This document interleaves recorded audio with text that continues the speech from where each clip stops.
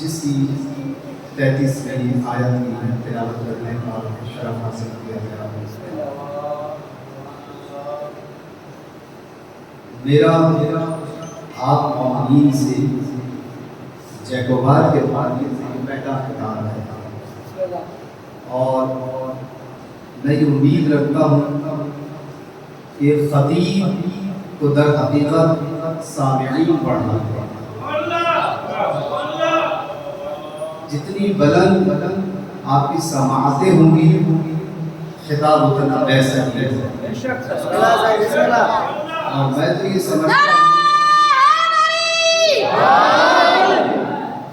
ये समझता हूँ कि सिंध के लोग मेहमान नवाज हैं और अपने मेहमान की मेहमान नवाजी का सबूत पेश करता है आपको।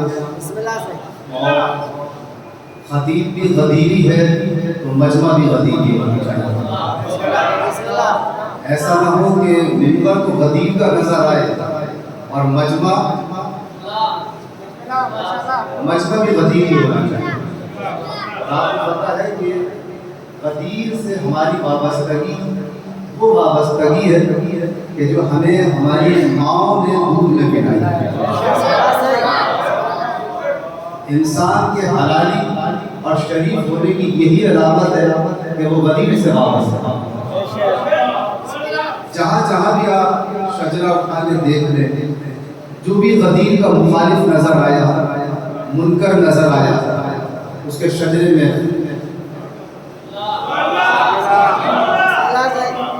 हर बात को मुझे कहनी नहीं चाहिए, तो आपको खुद ही समझना चाहिए। गदीरी मजमे में आपको पता है कि मैं आदि हूँ तवील मजलिस पढ़ रहे हैं।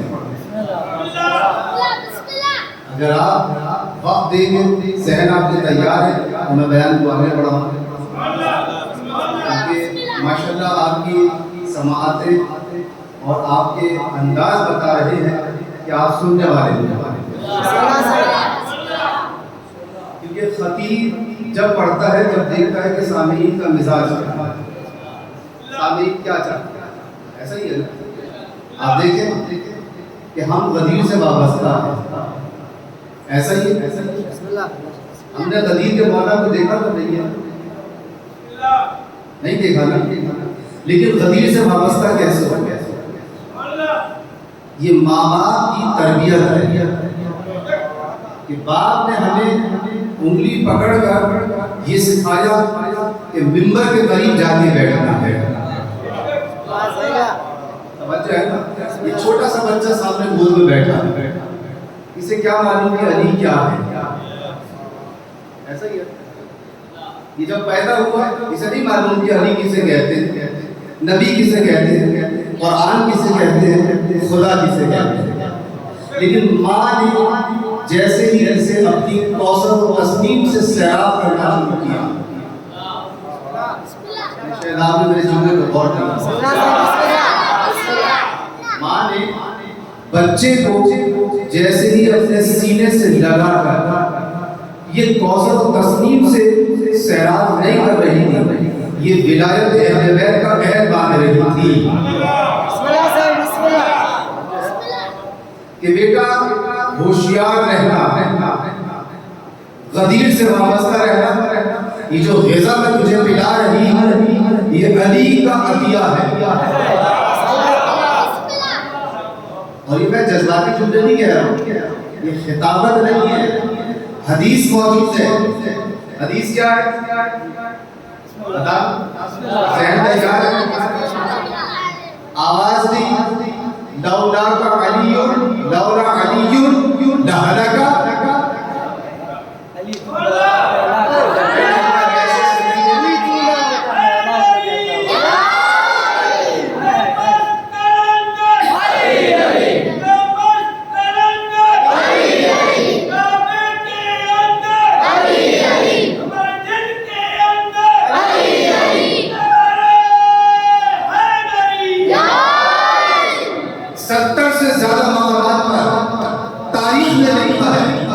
जुमले को कि मेरे मौला अली ने अबी तालिब के बारे में ये जुमला कहा है, लौला अलीयुन लहलका उमर, अगर अली न होते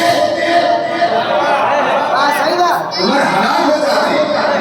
आज पूरे पाकिस्तान के अंदर पॉम्फलेट लगे हुए हैं कि आज यौम नबी मनाया जा रहा है, ऐसा ही है ना।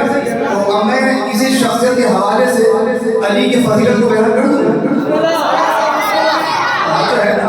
अच्छा देखो, कायदे आज़म मोहम्मद अली जिन्ना का ताल्लुक किससे है? हिंदुस्तान की रहबर से, हिंदुस्तान के रहबर है, बोले बोले कायदे आज़म मोहम्मद अली जिन्ना किसके रहबर है? पाकिस्तान के, हिंदुस्तान के लोग एहतराम नहीं करते ना, हिंदुस्तान की गवर्नमेंट को सलामी नहीं देगी ना। कायदे आज़म के मज़हब पे सलामी कौन देगा? जो पाकिस्तान हुई होगा, पाकिस्तान से वफादार होगा, ऐसा ही है। अच्छा, पूरी कौम पाकिस्तान की 24 करोड़ आवाम, उसकी चाहत ये होती है कि हमारा लीडर आखिरी वक्त में जो वसीयत करके गया उसे समझो। ऐसा ही देखिए, लायक औलाद की पहचान ये होती है, लायक औलाद ये देखो कि मेरे बाप ने मुझसे क्या वसीयत की, ऐसे ही मेरा बाप मुझसे क्या वसीयत कर दिया। अच्छा, क्योंकि बाप की वसीयत सिर्फ मेरे लिए है तो मैं तवज्जो करूंगा, लेकिन अगर पार्टी का लीडर हो, अगर मेरा बाप पार्टी का लीडर हो तो उसकी वसीयत सिर्फ मुझसे वाबस्ता होगी? नहीं, आप कहेंगे कि पूरी पार्टी से वाबस्ता है, ऐसे ही ना। और अगर लीडर पूरी कौम का हो तो पूरी कौम की तवज्जो उसके आखिरी जुमले पर होगी। तो कायदे आज़म के 3 अल्फाज आज भी बैंकों में लिखे जाते हैं, दफ्तरों में लिखे जाते हैं, इत्तेहाद, यकीन, ईमान। बच्चे को याद है, क्यों? इसलिए एक अहम शख्सियत है, जिसका ताल्लुक पूरी पाकिस्तान की कौम से है। तो पाकिस्तान की गयूर कौम की अलामत यह होगी कि कायदे आज़म के इन अल्फाज को सुनहरी लफ्ज़ों से लिखे, उन्हें याद रखे, उन पर अमल करें। और अगर इनके अमल को भुला दें तो क्या कहना है कि नालायक। ऐसा ही है ना कि जिसने अपने लीडर को भुला दिया, तो अपने को जितना लीडर ऊंचा होगा, जिसकी लीडर की कौम जितनी बड़ी होगी, उसे उतनी ही बड़ी वसीयत करना जरूरी है। है ना? आप तो मानते हो ना कि ये खलीफतुल मुस्लिमीन थे, ऐसा ही है ना? मैं खलीफतुल मुस्लिमीन मान रहा हूं और मौला हुसैन के साथ तुमने उनकी याद को भी वापस करवाने की कोशिश कर दी। मेरे जुमले में गौर नहीं किया, कोशिश कर दी, याद थी नहीं। 15-20 साल पहले ही हुआ ना सिलसिला शुरू, वरना उससे पहले तो नहीं था। अच्छा चलो मान लिया कि है, अच्छा जब है तो जाने वाले की वसीयत क्या है? देखिए पाकिस्तान की गयूर आवाम अपनी गैरत का सबूत पेश कर रही है कि जगह जगह दफ्तरों में लिखा है, नोट के ऊपर लिखा है इत्तेहाद, यकीन और ईमान। तो भाई हजरत उमर दुनिया से गए तो फिर देखो ना क्या कहते गए हैं। अगर तुम्हें नहीं मालूम तो मैं बता देता हूँ, आवाज दी 70 मरतबा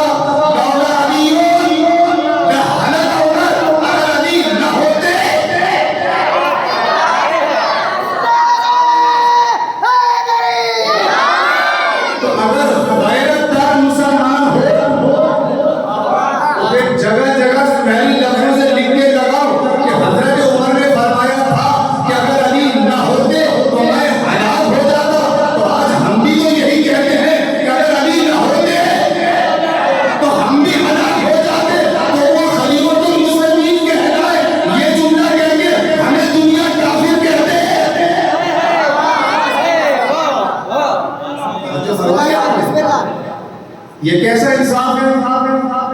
देखिए उन्होंने भी तो यही जुमला कहा ना कि अगर अली ना होते तो मैं हलाक हो जाता। हम भी तो आज यही कह रहे हैं कि अगर अली ना होते। अच्छा अब सुनो, ये जुमला सुन लिया ना। अब अगर देखिए कायदे आज़म अल्लाह ताला को जिंदगी दे दे, ऐसा ही है ना, अल्लाह के प्यार में है ना। देखिए 300 साल के बाद दोबारा जिंदगी दी थी या नहीं दी थी? किसे? असहाबे कहफ उठे थे, असहाबे कहफ उठे 300 साल के बाद को कितना अरसा हुआ? 70 साल के बाद अगर उठकर आ जाए और अपनी कौम से ये पूछे कि तुमने मेरी वसीयत पे अमल नहीं किया, समझते हैं ना? तो आप कहेंगे कि नहीं कायनात हमने आपकी वसीयत पे अमल किया है, दफ्तर है और आपके कलिमात लिखे हैं, हमने अमल किया है। बताइए वो आपसे खुश होंगे या नाराज होंगे? अच्छा तो कायदे आज़म की वसीयत पे इतना अमल हो रहा है और जो हजरत उमर वसीयत करके गए हैं, अब अगर खुदा उन्हें जिंदगी दे दे और वो आने के बाद ये कहें मुसलमानों तो मुझे खलीफा मानते रहे और मेरी वसीयत पे अमल ना किया, हम कहेंगे इन्होंने किया या नहीं किया? हम यही कहते रहे कि अगर अली न होते तो बताओ कि तुमने अपने खलीफा की वसीयत पे अमल किया है या शिया ने अली ने उनकी वसीयत पे अमल किया है? ऐसा सवाल भेजे मोहम्मद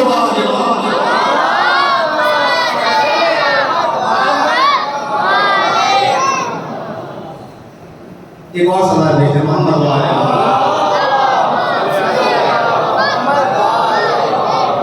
अच्छा अब ये यहाँ तक तो बात कहा गई ना, आप थक के ज़हन थकेंगे तो नहीं, ज़हन तैयार है सुनने के लिए। अच्छा अब देखो ये जुमला जो है ये कहा गया था कि अगर अली न होते तो मैं हलाक हो जाता। ये किसने कहा? खलीफतुल मुस्लिमीन ने कहा, ठीक है ना? ये अगर अली ना होते तो मैं हलाक हो जाता। आप मैं कहूँगा आप तो ये कह रहे हैं कि अगर अली ना होते तो मैं हलाक हो जाता। अब नबी से पूछें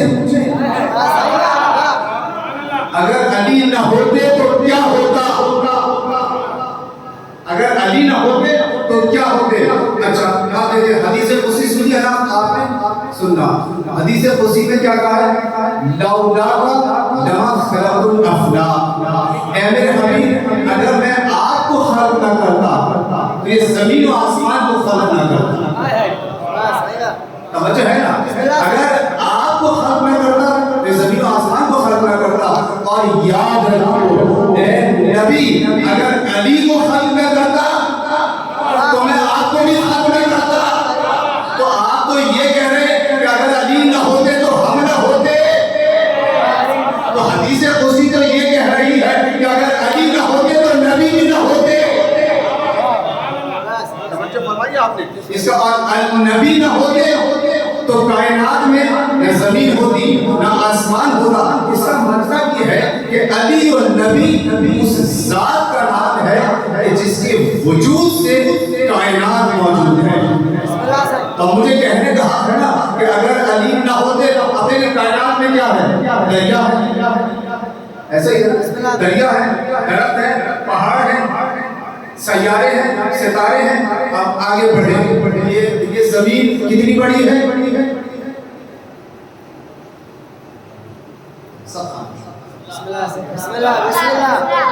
नहीं अभी मैं जुलशिया नहीं पढ़ रहा हूँ।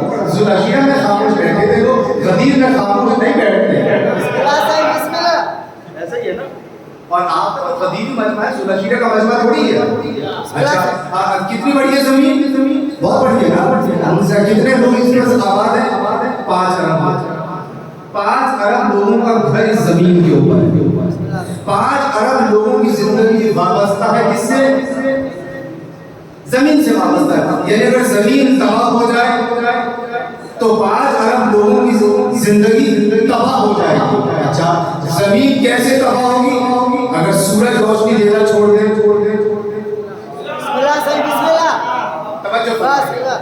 अगर सूरज रोशनी देना छोड़ दे तो जमीन तबाह हो जाएगी। अच्छा अगर खुद सूरज ही की रोशनी खत्म हो जाए, समझ है ना? यानी हमारी जमीन का सारा दारोमदार किस पर है? सूरज की रोशनी पर। और सूरज का दारोमदार किस पर है? नबी ने क्या फरमाया? अना का शम्स व अली का कमर, मैं सूरज की मानिंद हूं और अली चांद की तरह है। जैसे सूरज से सबकी जिंदगी वाबस्ता है वैसे मुझसे सबकी जिंदगी वाबस्ता है। जैसे चांद से ठंडक मिलती है ऐसे ही अली के वजूद से मोमिनीन के दिलों को ठंडक मिलती है। एक सवाल है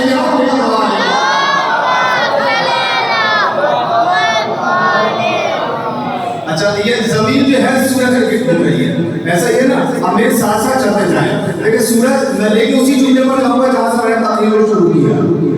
ये जमीन सूरज के गिर्द घूम रही है और सूरज की रोशनी परवरदिगार ने इनायत की। अगर सूरज की रोशनी खत्म हो जाए तो जमीन तबाह, सूरज तबाह तो जमीन भी तबाह हो जाएगी। अच्छा ये सूरज किसके गिर्द घूम रहा है?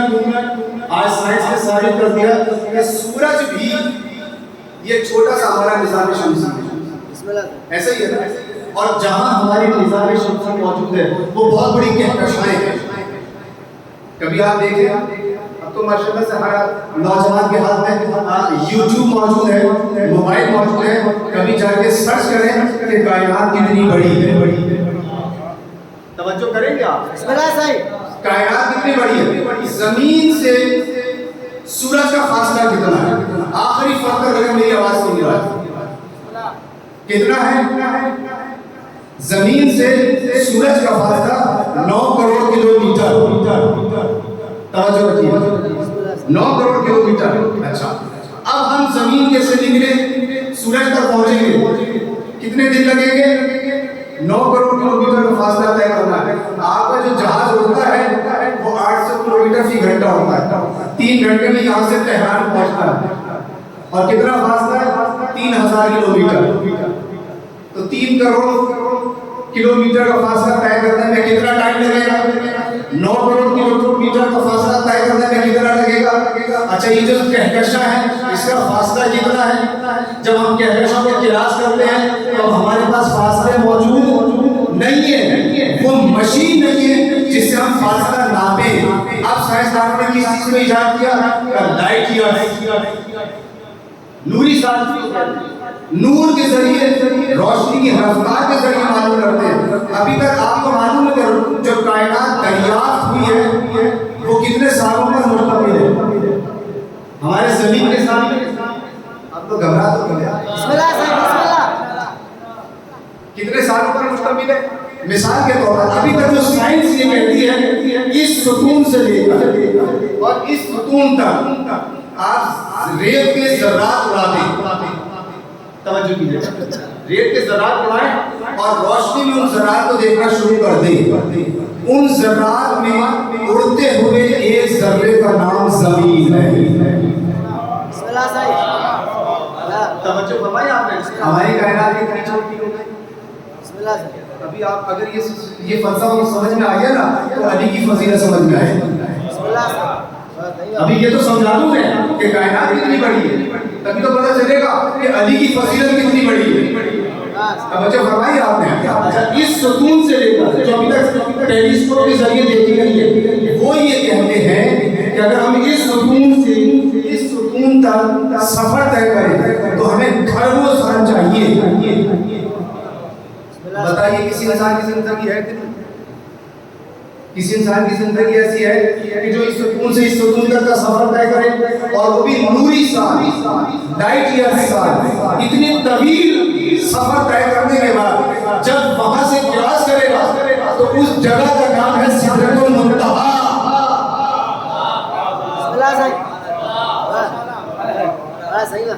तवज्जो फरमाइए आपने, उस जगह का नाम जहां कायनात खत्म होती है वहां से नबी की अजमत शुरू होती है। जहां कायनात खत्म हो रही है सिदरतुल मुंतहा उस जगह का नाम है कि जहां जिब्राइल जैसा फरिश्ता रुक गया और रुकने के बाद क्या कहा, या नबी अल्लाह अगर एक कदम भी आगे बढ़ा तो मेरे पर चल जाएंगे। ऐसा ही है ना, तो नबी आगे बढ़ गए तो अब कहोगे नबी हम जैसे, ऐसा ही है ना, कह सकता है कि नबी हम जैसे। उसे कहने का हक है कि जिसके लहजे में खुदा ने नबी से उस मकाम पे बात की है कि जहां जिब्राइल भी ठहर जाता है। तो इतनी अजमतों वाली कायनात के वजूद को खुदा आलम ये कह रहा है कि नबी अगर आप न होते इतनी बड़ी कायनात को खल्क ना करता। इसका मतलब ये है कि अगर नबी न होते तो कायनात न होती, दरख्तों में हरियाली न होती, दरियाओं में रवानी न होती, पहाड़ों में सख्ती न होती, जमीन में अनाज न होता। ये जमीन, सैयारे, सितारे, चांद, सूरज, ये सब का सब सदका है किसके वजूद का? नबी के वजूद का, अली के वजूद का। अब मुझे कहने का हक है कि अगर अली न होते तो जमीन न होती, अली न होते तो सूरज न होता, अली न होते तो सैयारे न होते, अली न होते तो ये कायनात न होती, अली न होते तो मेरा वजूद न होता, अली न होते तो वजूद में बदन न होता, बदन न होता और रगे न होती, रगे न होती तो खून न होता, खून न होता और रवानी न होती, रवानी न होती तो माँ के सीने में दूध पैदा न होता और दूध पैदा न होता तो बच्चा प्यास और भूख से बिनक बिनक के तड़प के मर जाता। लेकिन ये अली का सदका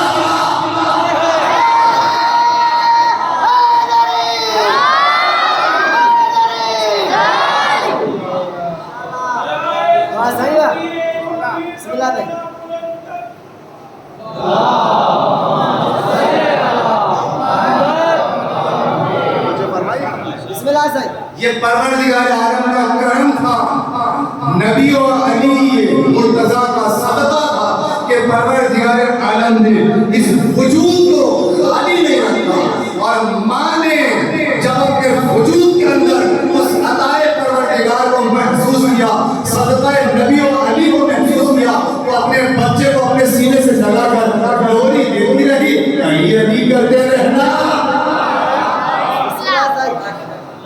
है ना, तो जिसने अपने हलालीपन होने का सबूत दिया वो फर्श आज़ा पर बैठ गया और जिसने ग़िज़ा खाने के बाद दूध पीने के बाद भी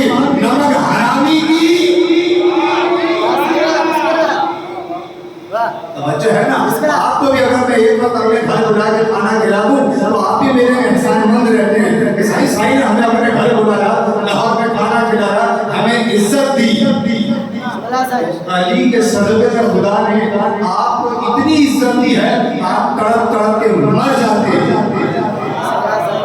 इसीलिए तो मेरे मौला ने कहा है कि लौला हुज्जा लसाफ़तिल अर्ज़ बिअहलिहा, अगर हुज्जत खुदा जमीन खाली हो जाए एक लहज़े के लिए भी, अगर ये जमीन हुज्जत खुदा से खाली हो जाए तो तमाम दुनिया जमीन अपने तमाम आबादी के साथ तबाह बर्बाद हो जाएगी। एक समाज भेजे मोहम्मद वाले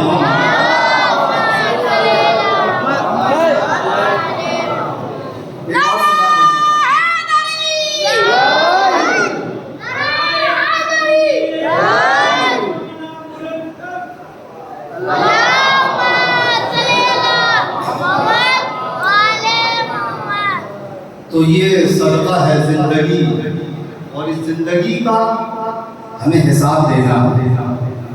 तवज्जो रखिए, इस जिंदगी का हमें हिसाब देना।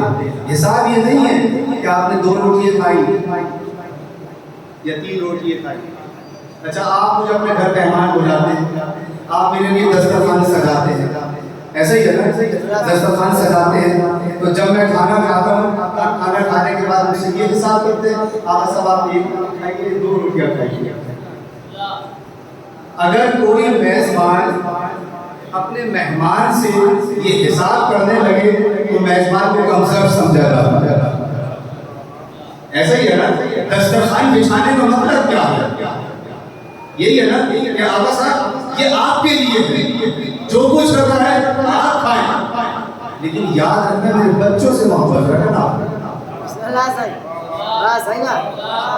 लेकिन अगर जाते करके आपके बच्चे को थप्पड़ मारता हुआ चला जाओ तो आप मुझसे रोटी का हिसाब नहीं मांगेंगे, क्योंकि अगर रोटी का हिसाब मांगूंगा तो ये कमजोरी हो जाएगी। लेकिन इसका हिसाब मांगने का हक के चलते चलते जो आपने मेरे बच्चे के साथ ज्यादती की है, तो खुदा बंदे आदम ने इतनी सारी नेमतें दी हैं, दस्तरखान सजा दिया है, ये तो आप मेरे साथ नहीं करते हैं कि आप मुझसे रोटी और पानी का और नमक का हिसाब आके तो परवरदिगार जो इतना करीम है वो इस बात पे आपको सजा दे देगा कि आपने 2 रोटियां ज्यादा की खाली, आपने 4 रोटियां ज्यादा की खाली। नहीं, आपसे हिसाब होगा तो इसी बात का हिसाब होगा, चलते चलते अली की मुखालफत क्यों की थी। इसलिए तो नबी ने कहा था कि कोई अजर नहीं चाहिए, कोई अजर नहीं चाहिए। अजर अगर चाहिए तो ये है कि मेरे अहले बैत से मोहब्बत करना। हाँ देखो, तो सदका हमारा है। जनाब खदीजा का दस्तरखान बिछा हुआ, मौला हसन का दस्तरखान बिछा हुआ। कभी इमाम हसन ने खिला के कहा कि भाई क्यों खाया? अपने ने भी आके खाया है, गैरों ने भी खाया है, इतना खिलाया है कि जो कल के फकीर थे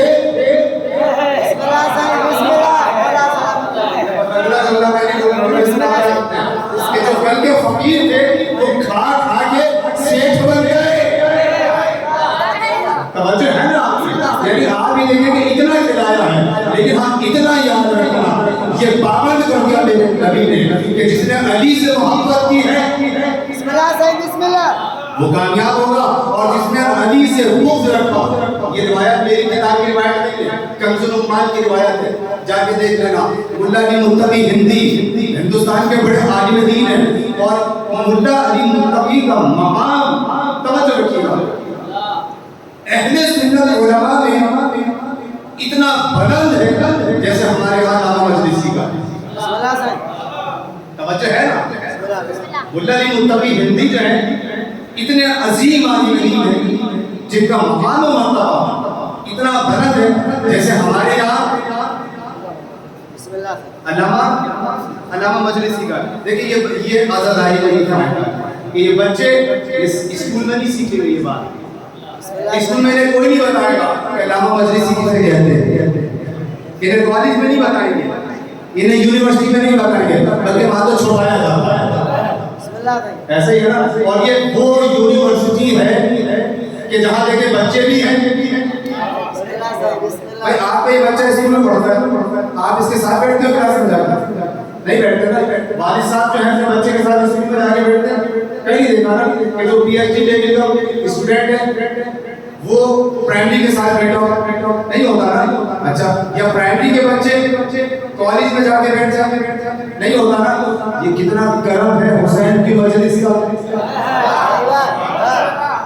ये ऐसी दरसगाह है जहाँ प्राइमरी के भी बैठे हैं, मिडिल वाले भी बैठे हैं, कॉलेज वाले भी बैठे हैं, यूनिवर्सिटी वाले भी बैठे हैं, यहाँ डॉक्टर्स भी हैं, यहाँ असातिज़ा भी हैं, यहाँ इंजीनियर्स भी हैं, दुकानदार भी मिलेंगे। ये सदका है हुसैन का, ये करम है मौला हुसैन का कि इस दरसगाह से जो जैसा आएगा वैसा ही इल्म लेके जाता नहीं, सिर्फ इल्म नहीं लेके जाता, यहाँ दोनों रिस्क मिलते हैं। बदन के लिए तवज्जो मिलता है, रूह के लिए इल्म मिलता है। इस बात है मोहम्मद वाले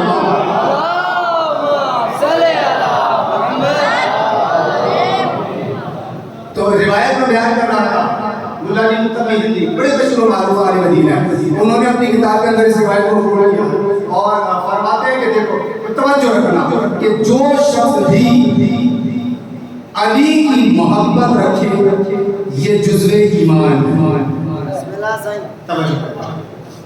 अली की मोहब्बत जुज़्वे ईमान है, जुज़्वे इस्लाम है, और जो इसमें शक करे वो काफिर है। तो अब तो ये मुल्ला अली मुत्तकी ने फैसला कर दिया ना नबी की रिवायत के जरिए कि काफिर कौन होता है। बस अगर काफिर नजर ना आए तो ये देखो कि अली के बारे में शक कौन कर रहा है। तवज्जो है ना, अली के बारे में जिसके दिल में शक हो, जो अली को तस्लीम ना करे, जो अली की विलायत को कबूल ना करे। लेकिन रिवायत मैंने अपनी नहीं बयान की, किताब का हवाला मैंने अपना नहीं दिया। तवज्जो फरमाई। अच्छा दूसरी रिवायत पेश कर दो, नहीं ऐसे नहीं पेश कर, आप खामोश बैठे, मैं बोलता रहूं। बिस्मिल्लाह।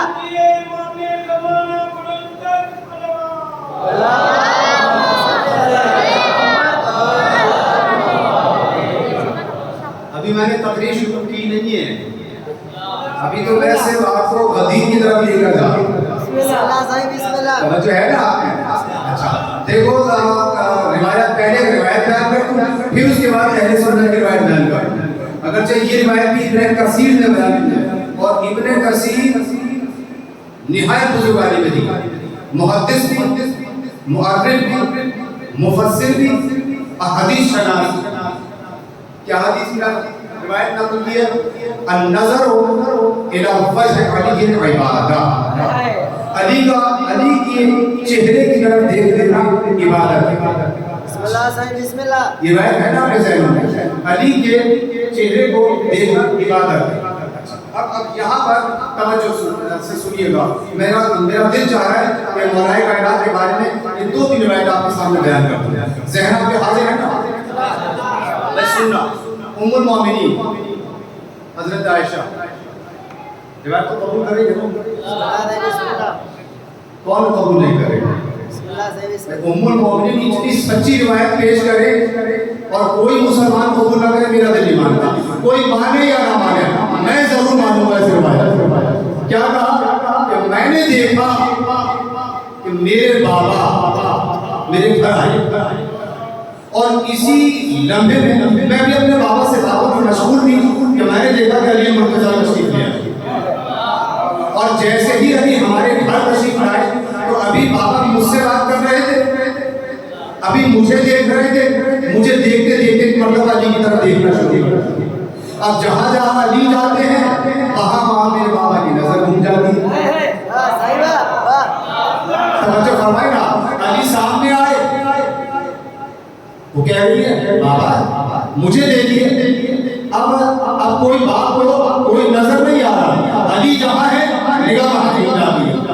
बाबा आप मुझे नहीं देख रहे, क्या मेरी तरफ देखें? जहाँ जहाँ अली है वहाँ वहाँ निकट वहाँ घूमती जा रही है। मैंने कहा माजरा क्या है? मैं सवाल करूँ न करूँ, लेकिन उम्मुल मोमिनीन बोल पड़ी, बाबा ये माजरा क्या है? आप अपनी बेटी से बात कर रहे थे, आप मुझे देखते देखते अली की तरफ देखना शुरू हो गए, आपको अली इतना प्यारा है। तवज्जो है ना कि आप बेटी से की मोहब्बत को भुला दिया। तुम्हें नहीं मालूम बेटी के चेहरे को देखना इबादत नहीं है।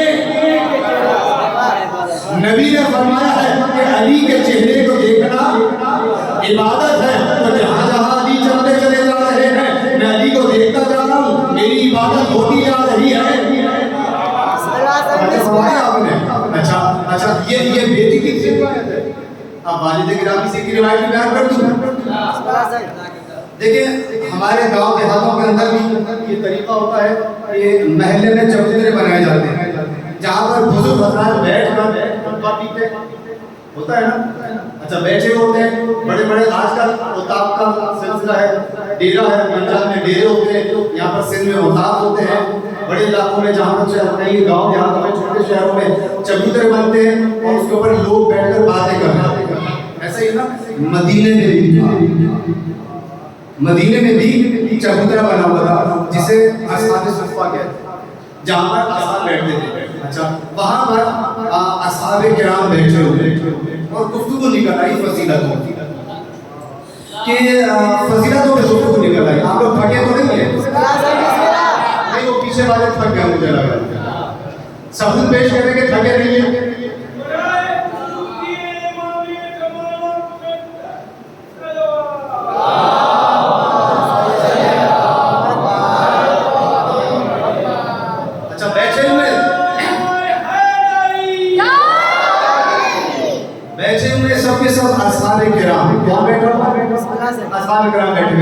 अब यही हज़रत अबू बकर, तवज्जो कीजिएगा। अच्छा रिवायत बहुत सच्ची है, तवज्जो है ना। कहने लगे कि इन्होंने अभी यूं बैठे हुए देख रहे थे,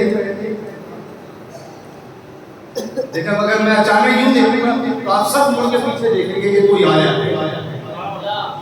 देखेंगे ना। लेकिन अगर मैं आपको रोक दूं कि सुनो सुनो सुनो तो आप मेरी बात सुनेंगे, कान मेरी तरफ होंगे, निगाह उधर चलेगी कि हो ना हो जिसको देख रहे हैं उसी के बारे में कुछ कह रहे हैं। ऐसे ही होगा ना। अब जब निगाह पड़ी, दरवाजा खुला, कहने लगे कि देखो अगर तुमने ये चाहता, कोई ये चाहता है कि उसे देखे जो नबी से सबसे ज्यादा करीब है, जो नबी में सबसे ज्यादा करीब है, फजीलतों में सबसे आला है, नामो नसब में सबसे बेहतरीन है, इज्जत और शराफत में सबसे बुलंद है और नबी को सबसे ज्यादा महबूब है, तो उसे देखे जो सामने से आ रहा है। सबने पलट के देखा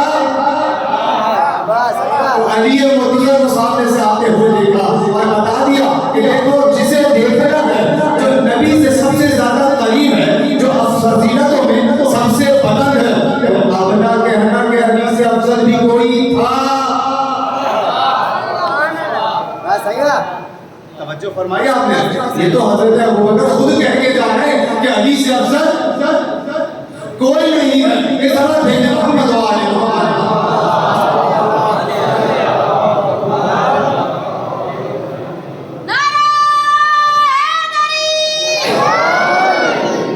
अगली रिवायत पेश कर, इसी मिंबर के हवाले से पेश कर। ऐसा ही है ना। अच्छा देखिए आप कितनी देर सुनेंगे इस मिंबर के ऊपर गुफ्तगू है? आधा घंटा काफी है? सारी रात सुनेंगे, साए में बैठ के सुनेंगे ना, पंखे की हवा में सुनेंगे, लेकिन सुनेंगे नहीं। आप कह रहे हैं अपनी रात सुनेंगे, खुदा की कसम 2 घंटे पढ़ूंगा, थक के उठ के चलना शुरू कर देंगे। लेकिन सलाम है गदीरियों पर, सलाम है उस मजमे गदीर पर। आपको पता है गदीर में नबी करीम ने कितने घंटे तकरीर की थी? 4 घंटे। 4 घंटे धूप में खड़े होकर तकरीर की है। मिंबर में खड़े होकर असहाबे किराम कहाँ बैठे थे? फर्श पे बैठे थे ना, दरिया बिछी हुई थी, पंखे चल रहे थे? नहीं चल रहे थे ना। हमारे लिए भी पंखा चला दिया, नबी के लिए कोई पंखा नहीं चल रहा है। लेकिन कितने घंटे अली के फज़ाइल बयान किए मजमे को जमा करके। इसका मतलब ये है कि ये सुन्नत नबवी है कि मजमा जमा करो। ये कोई हमने नया काम नहीं किया कि लोग कहते थे कि मुहर्रम की आधी पौड़ी को जमा करना शुरू कर देते हैं और अली अली करना शुरू कर देते हैं। अगर नबी अली अली ना करते तो हम भी ना करते। अल गदीर में नबी पर एतराज करते ना आप लोग, तो बताते अभी तो 4 घंटे रोक रहा है, एतराज करते तो 8 घंटे रोक देते। और आपको पता है कि कितनी आयतें पढ़ने में खड़े होगा, लेकिन साथ साथ मैं आपको इतनी बात नहीं बताता था, फजीलत भी सुने और आपके इल्म में भी इजाफा हो। 110 आयतें मौलाए कायनात की फजीलत में नबी ने बयान की। और मजमा कितना है, कितना मजमा था? जैकोबात के मजमे से ज्यादा ही मजमा है, वैसा ही है। और नारे भी लगा रहे, ये नारे भी लगा रहे, लेकिन नबी को पता चल रहा था कि कौन खुश हो रहा है।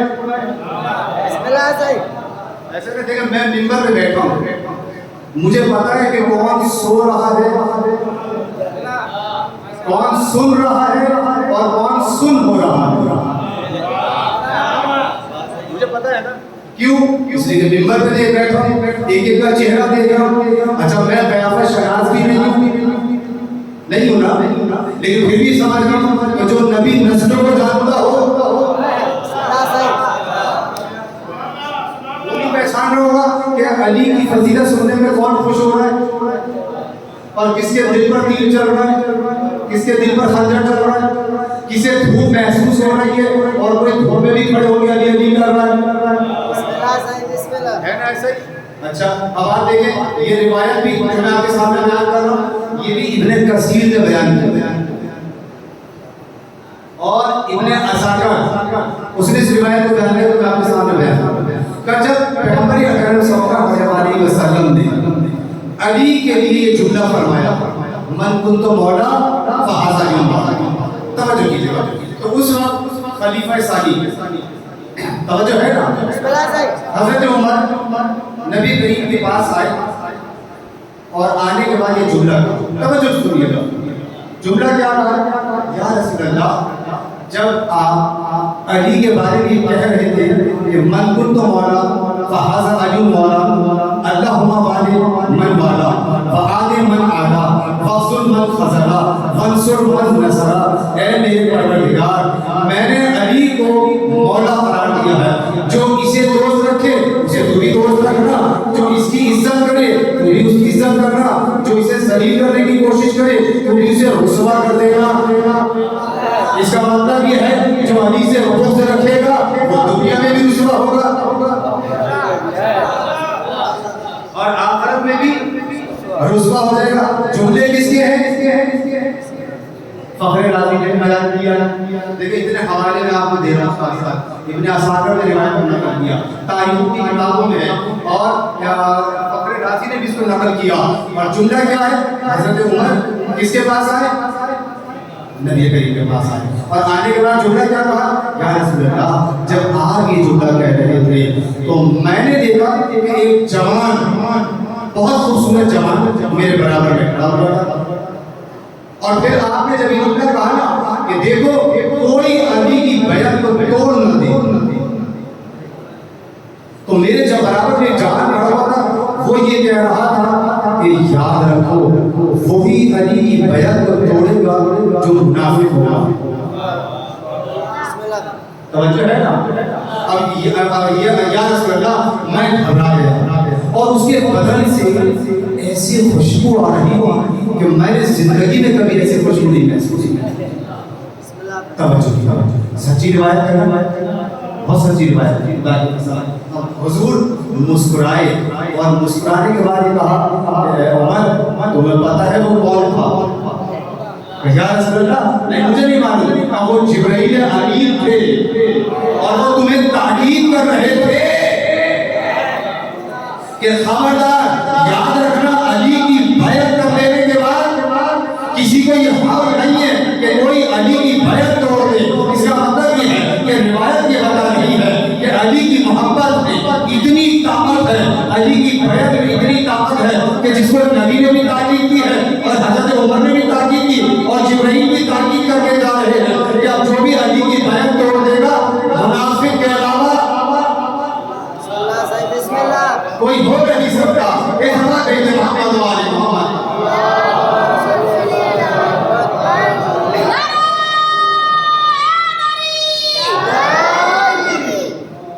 बच्चे को नारे लगा रहे हैं, ये इनकी तरबियत किसे देखी है? मेरे जहन में एक जुमला आ गया, अगर इजाजत है तो बच्चों के ऊपर ये जुमला मैं कह के बात, क्योंकि कल हम भी बच्चे थे। हमारे बूढ़े माँ बाप जब छोटे थे तो माँ गोद में लेके जाते, ऐसा ही है ना।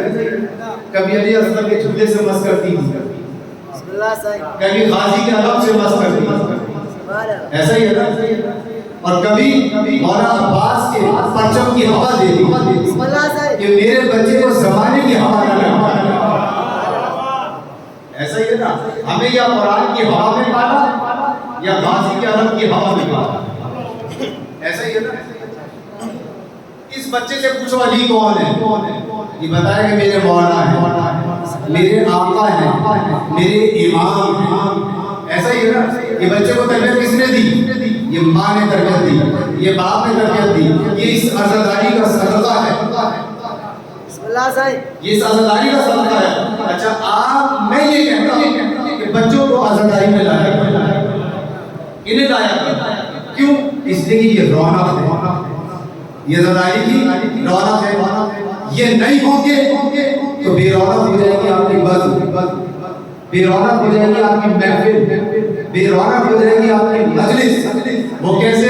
आपने देखा शादी होती है, घर में जब शादी होती है तो बड़ी बड़ी लाइटें लगती हैं, बड़ी बड़ी लाइटें लगने के बाद भी घर में रौनक नहीं होती जब तक ये छोटी छोटी लाइटें। मैंने जुमला दे दिया शायद आपने, जो फरमाई आपने, तो जब तक वो छोटी छोटी लाइटें घर में ना लगा दी जाए तो घर रौनक वाला नहीं लगता। ये जब तक बच्चे छोटी छोटी लाइटों की मालिक हैं, ये जब तक नहीं होंगे, यही तो छोटे चिराग हैं जो बड़े होंगे और गाजी का परचम उठाएंगे। आज प्रैक्टिस करते हैं, कल अलमीनी के हाजिर होगा, और न जाने इनमें कौन सा बच्चा ऐसा है जो कल इमाम ज़माने की खिदमत में अदब लेके पहुंच जाए। देखिए इमाम का लश्कर जो है वो आसमान से नहीं उतरेगा, ऐसा ही है ना, यहीं से उठेगा, वो इसी जमीन से उठेगा। न जाने आप भी आगोश में आने वाला वो बच्चा कि जिसे आप एक मामूली बच्चा समझ रहे हैं, इमाम ज़माना से रोजाना देखते हैं। हाँ, ये मेरा दार है, ये मेरे मकतब को बचाने वाला है। खुमैनी का यतीम बच्चा था, तवज्जो फरमाइए आपने, कल खुमैनी यतीम बच्चा था, किसने पाला? एक माँ ने, एक फूफी ने पाल के इतना बड़ा मकतब वाला बना दिया कि सारी दुनिया उसके नाम से दहलाते थे। यह है मकतब हुसैन की ताकत कि अगर माँ तरबियत याफ्ता हो।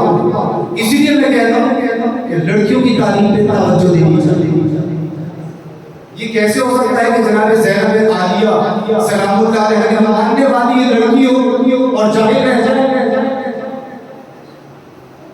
शहजादी की मानने वाली औरत हो और बेपर्दा बाजारों में फिरे, ऐसे ही कह सकती है वो औरत जो बेपर्दा के जनाब ज़ैनब सलामुल्लाह अलैहा की कलीस, उसे रोने का हक नहीं है।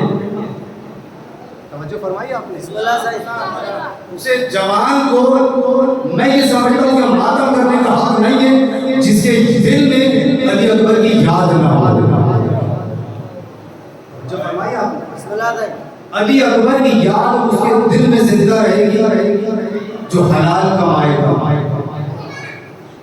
ऐसा ही है ना।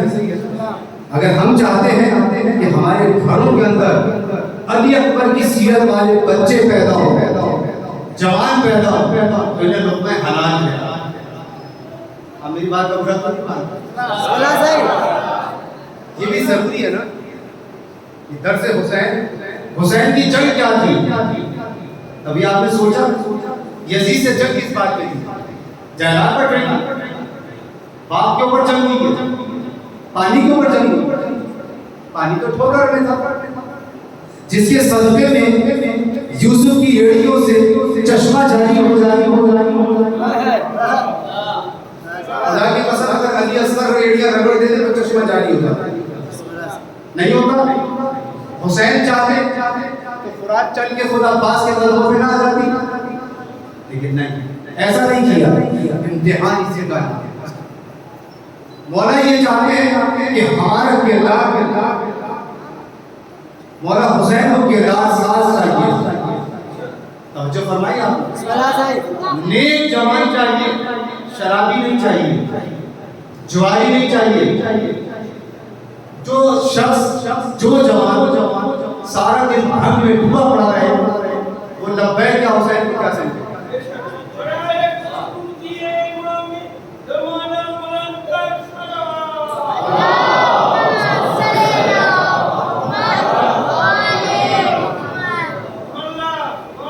तवज्जो फरमाइए आपने, वो जवान जो सारा दिन नशे की हालत में हो, वो अली अकबर के दर्द को क्या समझेगा? समझेगा? नहीं समझेगा। तो अगर अली अकबर की मोहब्बत चाहते हो कि हुसैन आपसे मोहब्बत करे, तो हुसैन को चाहिए अली अकबर जैसे जवान। इसलिए कि करबला एक और करबला आने वाली है। अभी तो एक मार्का बाकी है, खूने हुसैन में इंतकाम कौन लेगा?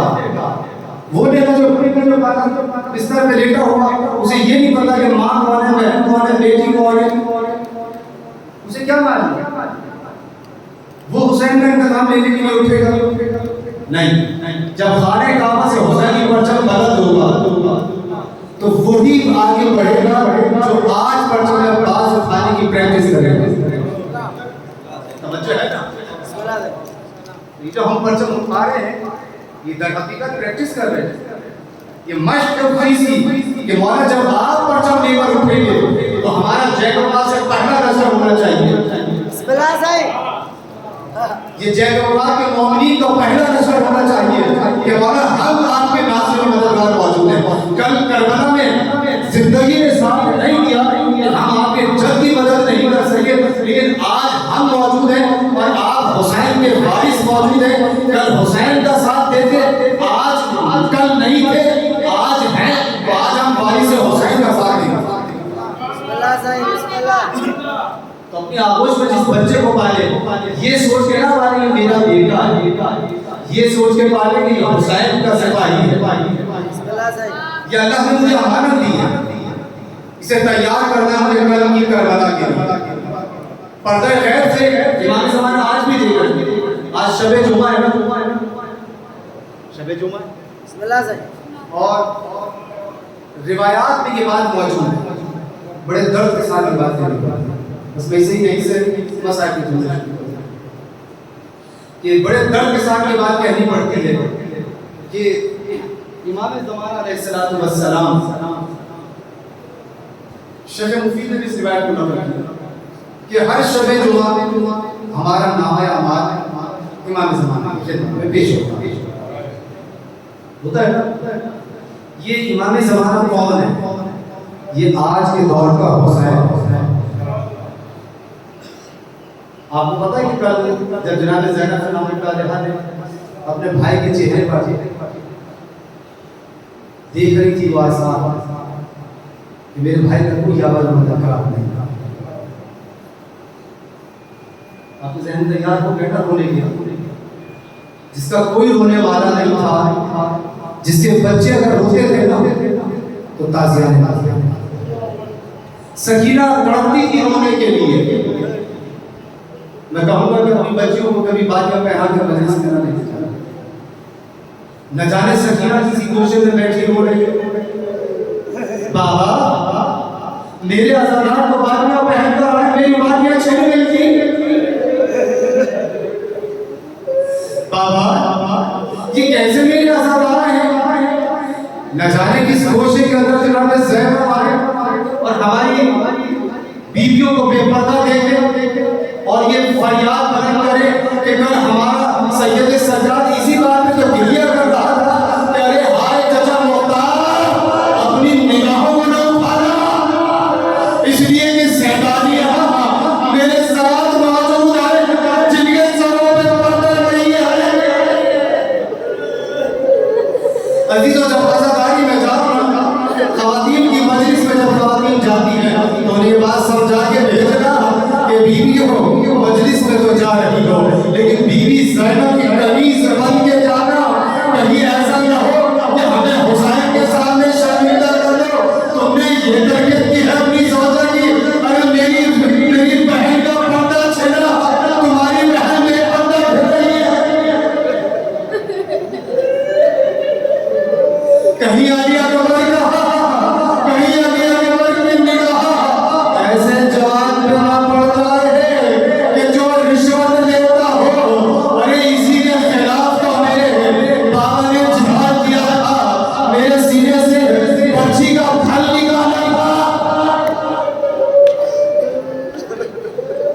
तवज्जो है आपकी?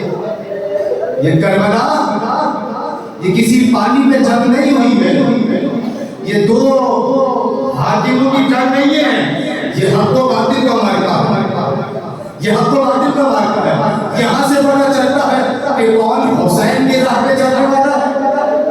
नहीं नहीं, मैं ये ना कहूँ कि हुसैन की राह पे चलने वाला है, बल्कि मैं साथ क्यों ना कहूँ, यहाँ पता चलता है कि कौन अल्लाह के रास्ते पर चलने वाला है और कौन है जो शैतान के रास्ते पर चलने वाला है। अजीजों, जब मजलिस में आओ ना तो ये सोच के आओ कि न जाने किस गोशे के अंदर सैयदा फातिमा ज़हरा हुसैन की दुखियारी मां, जिसने ये कहा था बाबा आज हुसैन पैदा हुआ है,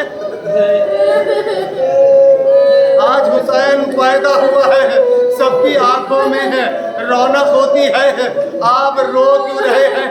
तो पैगंबर इस्लाम ने क्या कहा था कि ए फातिमा, मैं वो मंजर देख रहा हूँ जो कोई नहीं देख रहा।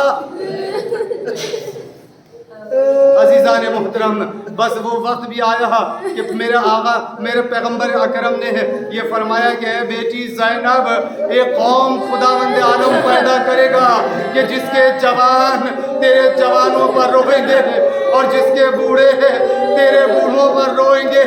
अजीज़ों, तो तुम दुआ हो फातिमा ज़हरा की दुआओं का असर हो कि हुसैन पर रोने के लिए आज भी फातिमा ज़हरा न जाने किस गोशे में आई हो।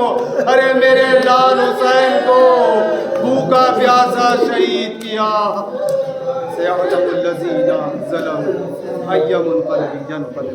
मातम हुसैन।